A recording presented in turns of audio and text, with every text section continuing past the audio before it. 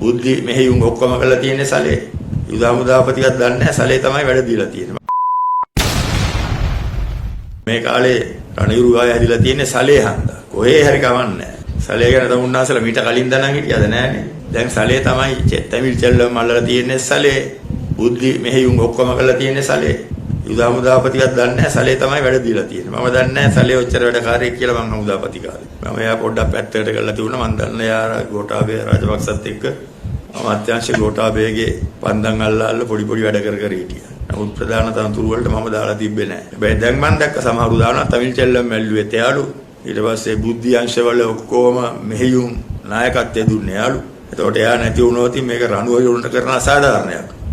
රණවිරුව කඩාගෙන බුද්ධි අංශ කඩාගෙන වැටේ. හැබැයි ඉතින් මාව හිරේ දාලා ඉවරලා මං යට දිරපු ජෙනරල්ලා බ්‍රිගේඩියර්ලා කර්නල්ලා 35ක් විතර පඩි පෙන්ෂන් උත් නැතුව ගෙදර ඇරියම්. මගේ ආරක්ෂක පුරේ හිටියා බුද්ධි අංශ 17 දෙනෙක්. මගේ ආරක්ෂක මුරයක් තුන 500ක් විතර ඒ කාලේ.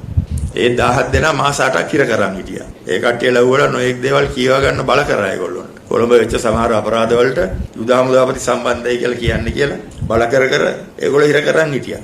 එතකොට රණවිරු ගාය හැදිලා දැන් කෙඳිරි ගාන කට්ටිය කෙඳිරි ගාවේ නැහැ කවුරු. දැන් තමයි එකපාරට කෙඳිරි ගාන මතක් වෙලා.